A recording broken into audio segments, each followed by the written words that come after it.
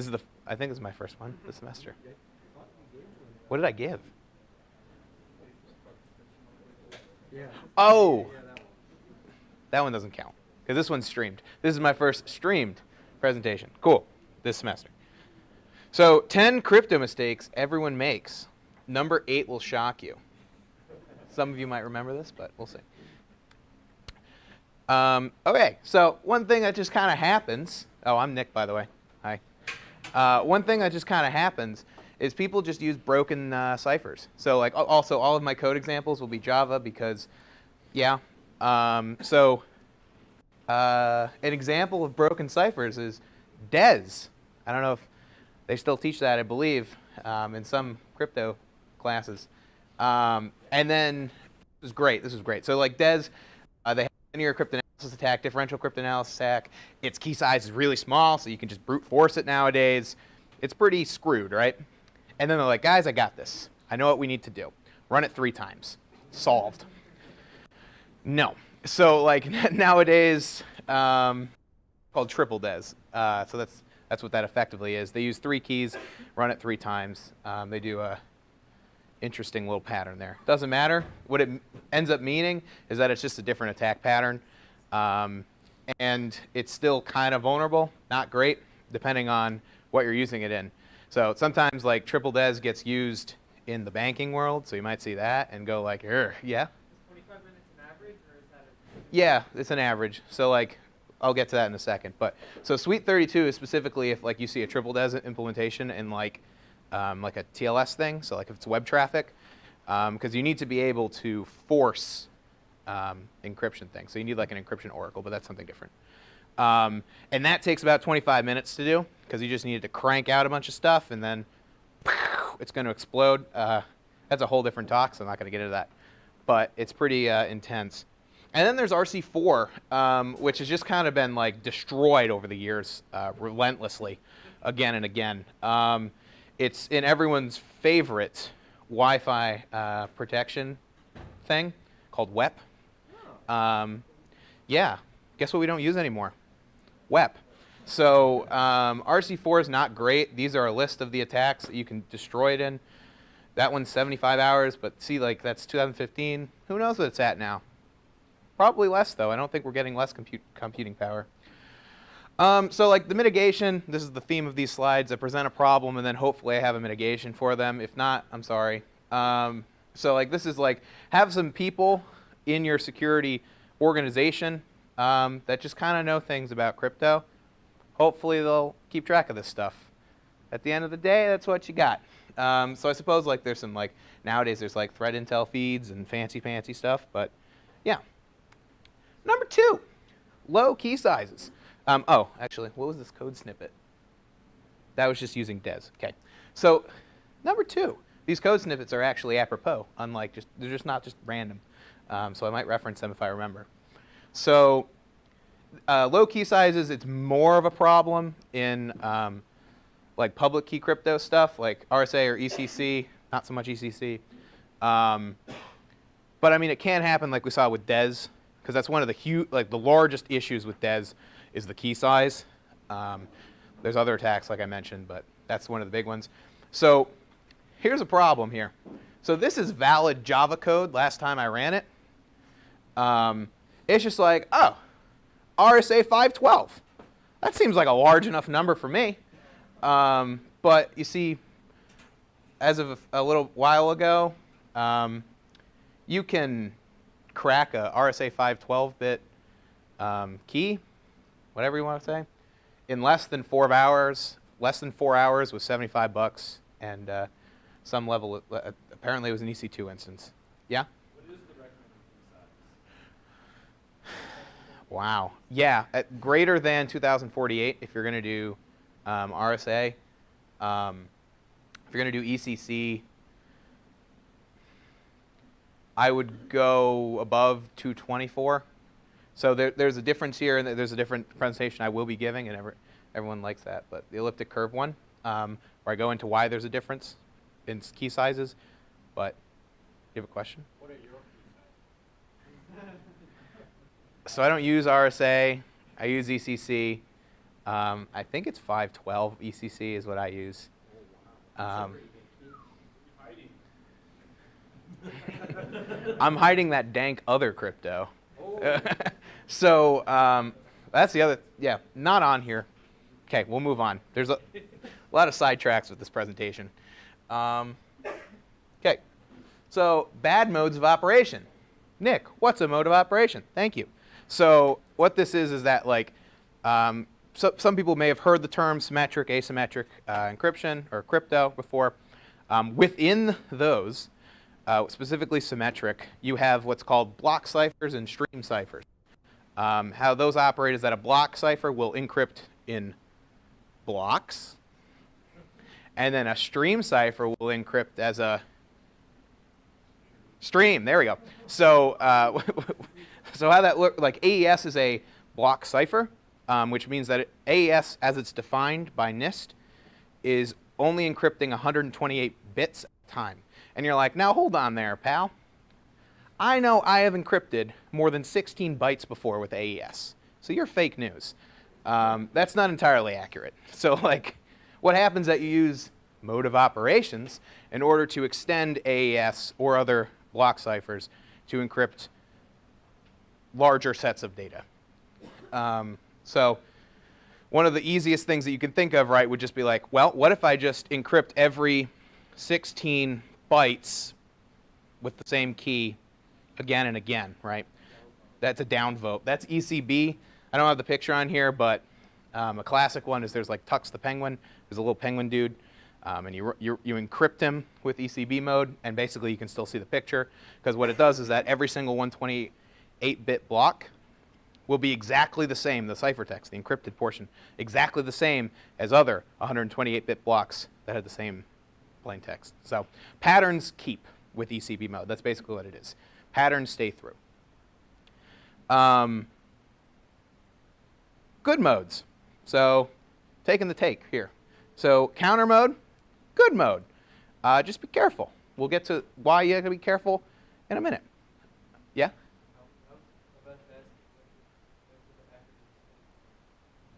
So ECB is electronic code book, and that goes back to like the 30s.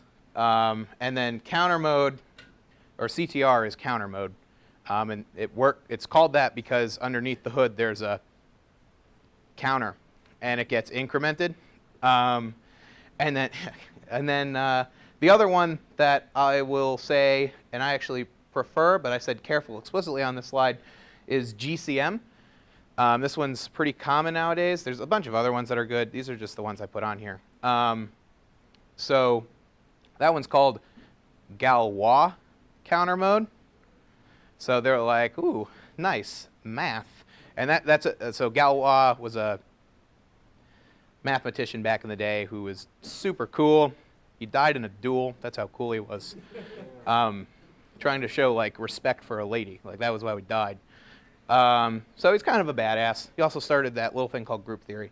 So moving on, yeah, but that's another thing. The reason why you have to be careful is GCM actually has a hard-ish limit on how much data you can encrypt before you have to key rotate, like change your keys.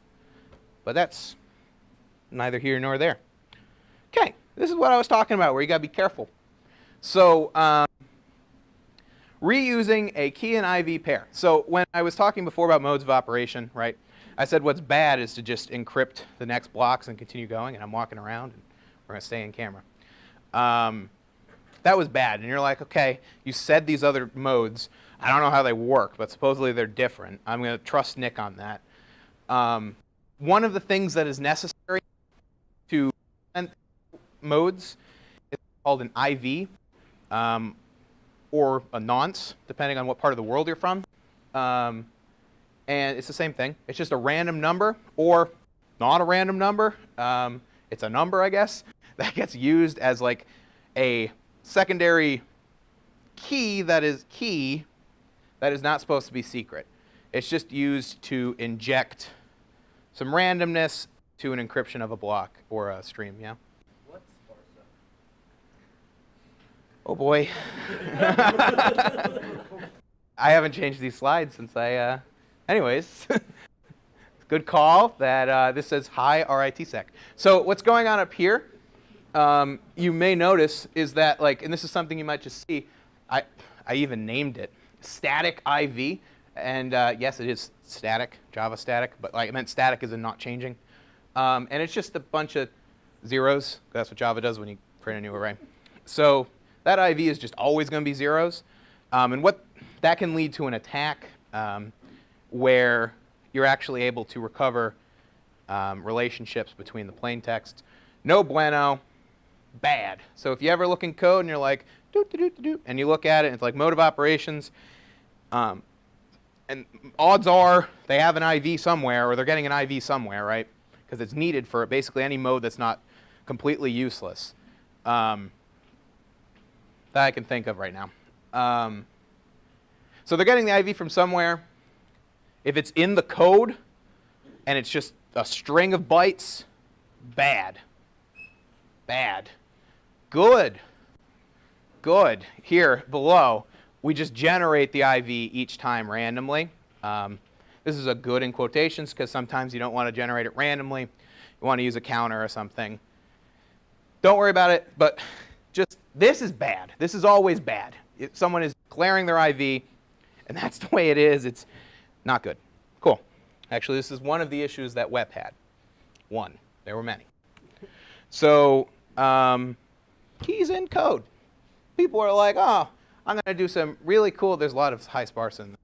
I'm going to do some really cool crypto, and it's going to be awesome, and we're going to have like confidentiality, and like maybe we'll worry about the other triangle stuff later, but we're definitely going to have confidentiality. Awesome. And it's like, I'm just going to define my key on the top of the program. No one's going to look at my code. It's amazing. We're going to be completely protected. I'll put it in the database. End of day, we're Gucci. Unfortunately, that's not the case. People don't put keys in your code, okay? Yeah? Ever. No. Actually, yes. I've done this before. Yeah, just don't do this. This happens. I've seen it. It happens. You'll see it. It's bad. What you need to do, I haven't been reading these. Cool. That would be helpful. What you need to do is have some type of key management system set up. This is something that you can worry about. It's a hard problem to solve because it's like, where do I get the goddamn keys if they're not in my code? And it's a problem that you just have a whole other presentation on if you're going to present on it. But there's a lot of different options here. So Vault is a thing put out by, I think, HashiCorp. AWS, they have their KMS model, their key management service. And then there's these things called hardware security modules, which are just little hardware units that just kind of hold the keys and go, cool. And it's in memory. Right, so if you're talking about the mobiles, then they have even fancier ways of doing things with like the secure enclave and other stuff. But basically, they don't put it in the code, because that's bad. Especially Java. Like, just, okay. Is there a time thing? Why are you coughing? No. I know there's a time thing. Feel free to leave also. So then we have this thing, which irks me. So there's a difference between encryption and, actually most people haven't heard of that, but hashing, or HMAC. Because they're just like, oh yeah, I encrypted it. And it's like, oh, cool. And then you just see like a SHA hash, and you're like, it's not. Yeah, take that hash and give me what you originally had. Then we'll call it crypto. And even then, if it's easy, we'll call it encoding. So like they give different like parts of the triangle that I was referencing earlier, which I'm sure no one has ever heard of. So like we have confidentiality and the better A of the triangle authentication. We don't do availability in crypto. We don't care about that. We don't care about authentication. So it gives confidentiality and authentication. That's what encryption does. Confidentiality, obviously, it's encrypted. Unless you have the key, you can't see what it was. Authentication, because the key is the form of authentication, it's like, I have the key, therefore I am who needs to be privy to it. That's a grammatical sentence. And then an HMAC which goes by the colloquial term keyed hash, that's a little bit different. That provides integrity and authentication, right? You can see the difference maybe? It's the C versus the I in the triangle. So how you would store a HMAC is that you would store your data and then the HMAC next to it. So the data is in plain text, unless you're doing both together. Ooh. It's there for integrity checking, an authenticated integrity check is using a key. No one can create that hash unless they have the key. Useful. Yeah, and then they can be used together in really cool things like authenticated encryption or authenticated encryption with additional data. Very, very creative names. So ASGCM, which we referenced earlier, does all this for you. Don't have to worry about it. It's like, I know that in 2018, current year, you want an HMAC after you encrypt because integrity is important. So GCM does that for you. Another great combo is the Cha-Cha 20 Poly 1305 boys. They're pretty cool too. That's what's popular in libsodium. Actually, both of them in libsodium, a popular crypto library. Password hashing. So, wait, was there a picture on the slide? Oh, cool. So, password hashing. This is interesting. So, what typically happens is that in class, you'll hear about hashing, and you'll just hear about hashing, and you'll be like, cool. No one's going to use MD5, I know that, but I'll use SHA-1. SHA-1's a great hashing function. I'm Linus Torvalds. And then and then it's like, wow, what if I apply these concepts to password hashing? They both have the word hashing in there, so they have to be the same. No, Linus, they're not. So, like, you can't choose SHA-1. You can't take SHA-1 and use it as a password hashing function because they have different security requirements, right? So a password hashing function, we'll walk through this, but a password hashing function, you want it to be slow. Step one, you want it to be slow.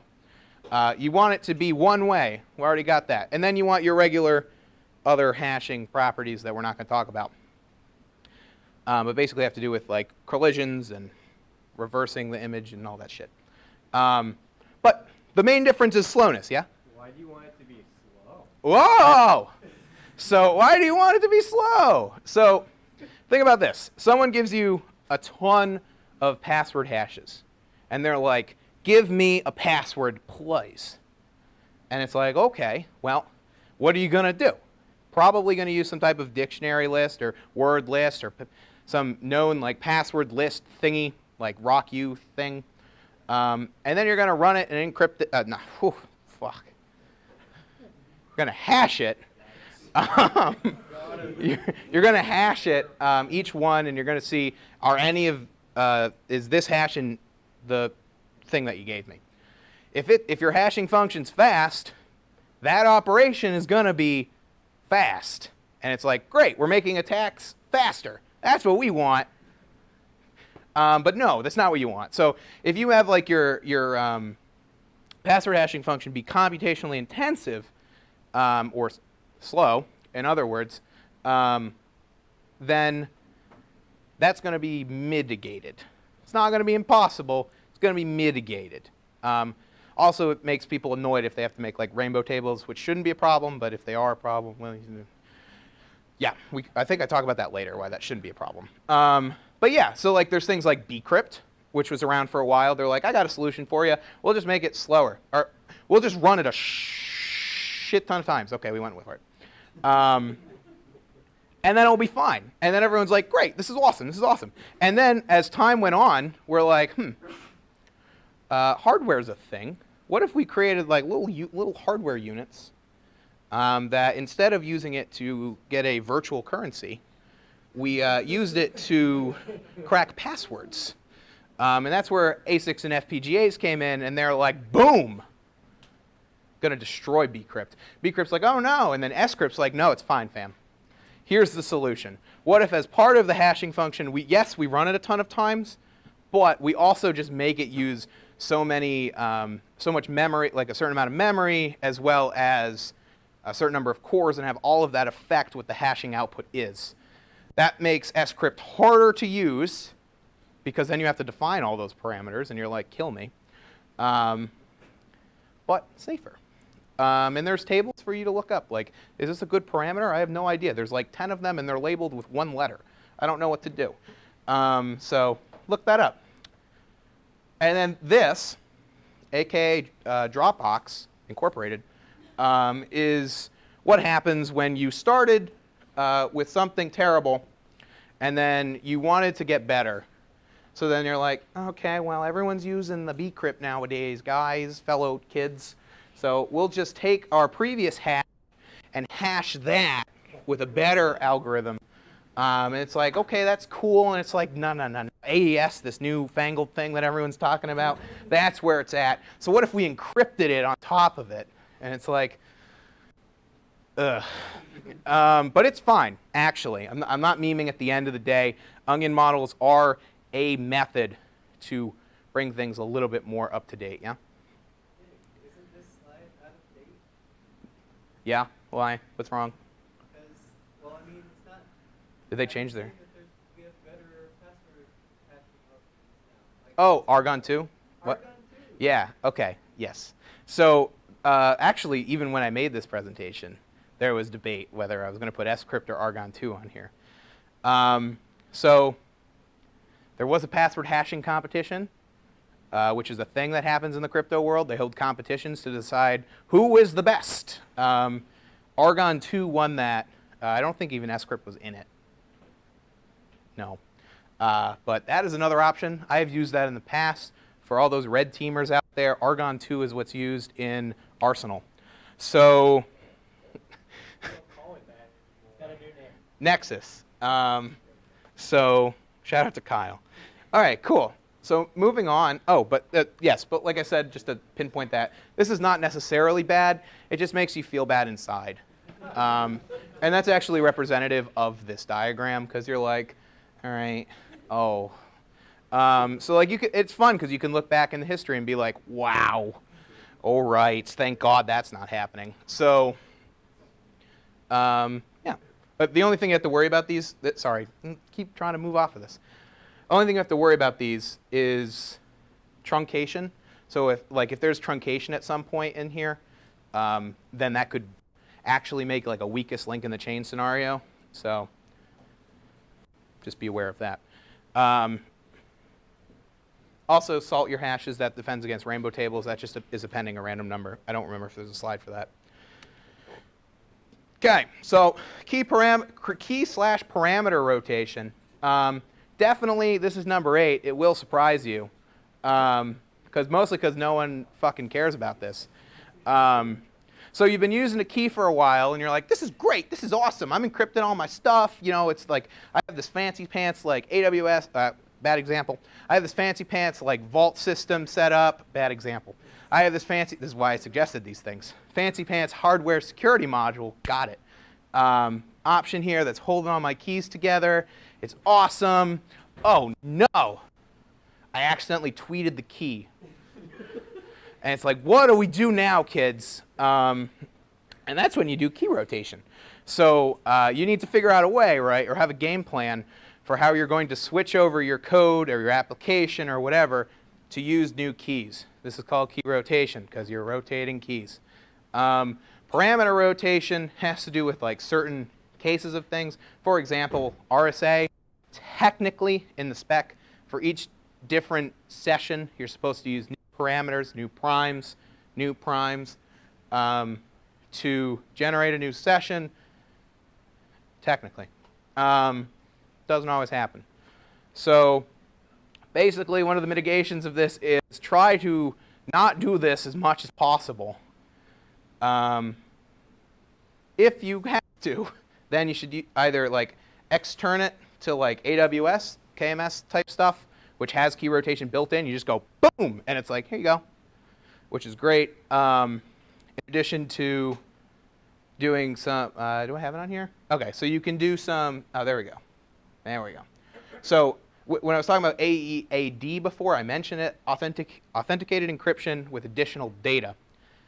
What that means is that you have like the thing you encrypted, then you have the HMAC at the end that we talked about for integrity check, and then on the front, you have a few bytes to just kind of put whatever the hell you want there. It's kind of a fun little place. So one of the things that I've seen it used for before is key version number when you're doing rotation. So that way you're able to keep track of which key was used to encrypt that piece of data. And you might be like, ooh, sounds scary. As long as your key management is set up correctly, shouldn't be that much of a problem. And you kind of need to do this because if you're ever going to rotate keys, think of the problem that you're going to have. You're going to have 22 exabytes of data, and it's like, cool, this is all encrypted. How are we going to use a new key to decrypt it? And that's just not going to happen. Just can't do it. So you have to use the old key to decrypt all of that data. So you can either do it all at once and be like, yep, we're going to decrypt 22 exabytes of data now. Or you can do it in an ad hoc fashion where it's like next time this data gets accessed, then we'll do the key rotation. And the only way to do that is if you have a key version number for that piece of data. Otherwise, it's going to be a complete shit show. That's why I said oof. Cool. Here's a fun thing that happens. People are like, I'm going to encrypt stuff. You know what I want to do? I want to take a checksum before I encrypt and then give that checksum to attackers because I feel like attackers just need a little leg up on situations because they're a little bored. So what's happening here is that it's like, oh, cool, I got my message, my fancy pants encryption function, takes in like some keys, super cool. Oh boy, we're using the same IV for everything. That makes me feel okay. We're gonna, oh, no we're not. Wait, never mind. We're not, we're using random bytes. This is why you read. Yeah, that's just boilerplate, Java shit, we know that.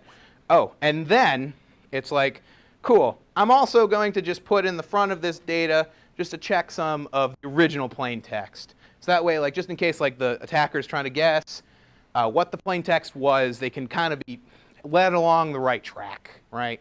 Yeah? Is there any specific reason why you would check some of the plain text instead of encrypted? Yeah, if you don't understand what an HMAC is.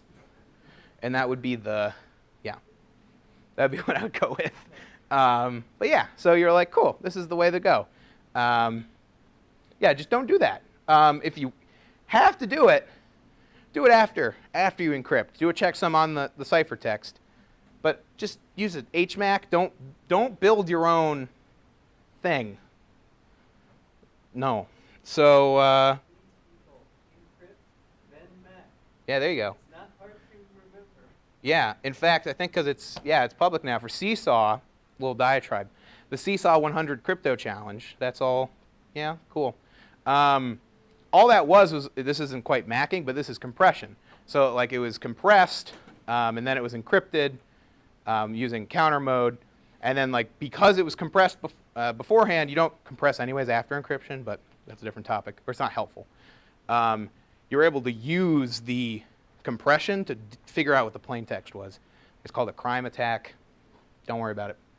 But yeah, it's just like the order of operations affects things. Number 10, last one, entropy problems. So, what is entropy? Well, entropy is just randomness. Sure, that's a okay definition. Good enough for here, I guess. So it's used everywhere. So like it's like, oh, I want to generate a key, entropy. Oh, I got to generate a nonce or an IV, entropy. Oh, I got to get those new primes for my new RSA session, entropy. Like it's just everywhere. It's like I need random stuff in order to do things because eventually the ciphertext has to be random. It's pretty cool. So we're going to take a controversial take here in a second, but we'll get there in a moment. So you want to make sure that your source of entropy is fast, very fast, and good. And I'm going to argue in a second, not blocking. But so you want this fast entropy source because if you're like, say, a web server and you're getting a bunch of web traffic, that's a lot of TLS that you got to handle with a lot of different like randomness that you got to get ready for. So like typically how entropy works is that you're getting it from a certain source or sources, and you're using some sort of unknown behavior in that source to generate random numbers. So like, for example, it could be like using radio waves that we don't know exactly how they're going to end up. So randomness. Oh, the like the electromagnetic like stuff from like an electron, randomness. This is not the quantum talk. We're not getting into that. What about a wall of lava? If you're terrible at security, you could use a wall of lava lamps, Cloudflare, whatever it is. Fun fact. Yeah, they were like, hey guys, let's put it in a newspaper article, and it's like, look how cool we are. We have a 128 or whatever is like this really low quality video stream that we look at, and we're like, there's lava lamps. That's entropy, right? Don't get me going. So controversial take, dev u random is Gucci gang. The difference between this and random, depending on the day that you're feeling it, is that one will block, like it will be like, I'm all out of entropy. No more randomness. And if you're running, or it's not entropotic enough. And if you're running out of, if you're running like a web server, right?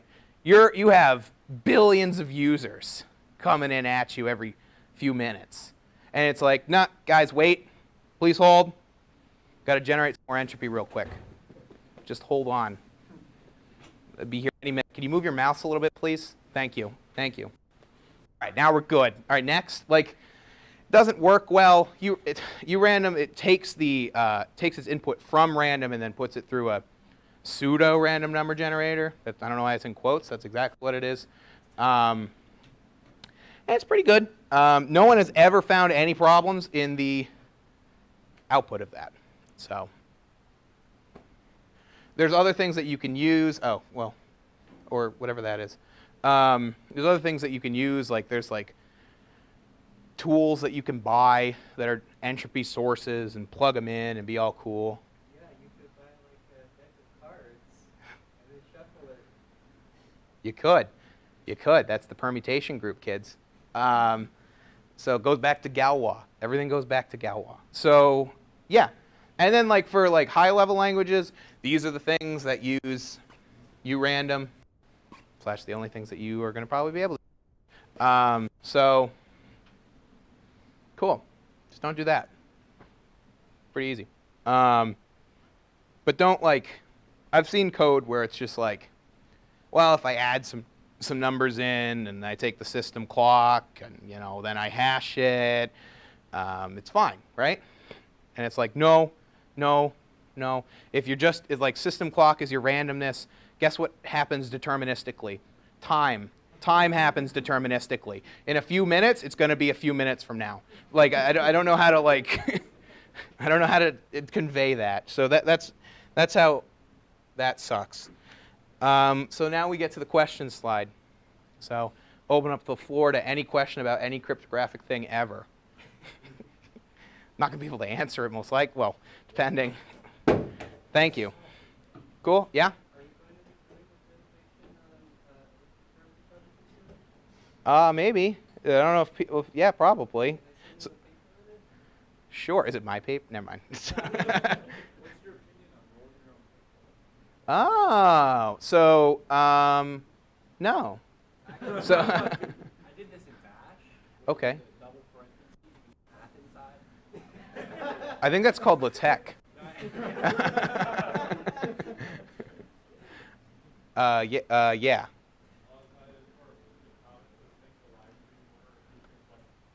Oh, sure. So first question was, when are you going to do your good call? Elliptic curve presentation.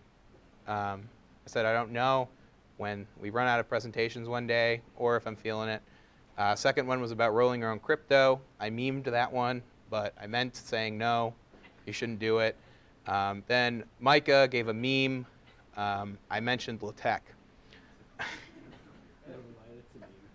No, it's fine. It's fine. Cool. So, yeah, you have questions, comments, yeah? or a key for the U.S. government that is going to be used to encrypt top secret data. And Sure. national security dependent Sure. data. Would you use dev random or dev urandom to generate If that? it's a single key, random. I don't think there should be a problem with urandom. There's probably some policy somewhere that says use random in that situation. I don't think that there's that much of a problem with it. But I also wouldn't use RSA. So I wouldn't even use ECC if I was them. But because like it's 2018, people. I don't know why I can't talk about lattice-based crypto systems. Is there a measurable security difference between dev random and random? None I've ever seen. So like actually how do you solve that problem when you Which have like, one? web servers where you just need random data? So there's really expensive tools that are patented and expensive that you can buy that will like use different entropy sources. You're also relying on the fact that they're good entropy sources because usually that's closed source, like 9 times out of 10. But there are certain like sources that like are random. So for example, like this is getting into math and physics for a second, but like there's something called the wave function, which is like what we postulate is an equation that can be used to model this. No, to model like an electron, like scirplution around the atom. And we don't know what that equation is. So for all intensive purposes, or where an electron is at any moment. So that's what that is basically. So for all intensive purposes, that's random. And that's kind of how we operate. But then once we figure that out, isn't everything that we use Things that are based off of that, sure. But good luck trying to figure that out. So for a company like Google, and they just need random data, do they Sure. just roll their own entropy sources? Roll their own entropy. What do you mean by that? Like create their own entropy servers? Right? So like you need to still have a source of entropy, like of where like you can't figure out what's going to happen next, Yeah, right? But I'm saying this, like, is there some sort of server that like my web server can be like, hey, give me some random data, and the server will like, is that a thing? Like how do you? Yes, there is. It's called dev random as a service. So there you go. Apparently yeah, so I imagine like you could set up stuff like that. There's plenty of, what? Oh, but like the thing is, a lot of like where you get your entropy from scales well currently. So like one of the ways, if you're using dev random, right, on your laptop or something, what you're going to see, and one of the problems that I said is it's going to get blocked, right? And I even mentioned this offhand. One of the ways that you can generate entropy, because they use some other stuff, but one of the things that you could do is like move your mouse around, or like do internet connections, and stuff like that. But like these are things that happen a lot on a web server for like Google. So like it scales decently well to my knowledge. You can also, like I said, if you're Google, buy a ton of those devices that are like supposedly good and proprietary. But yeah. Memes, comments, cool. Awesome.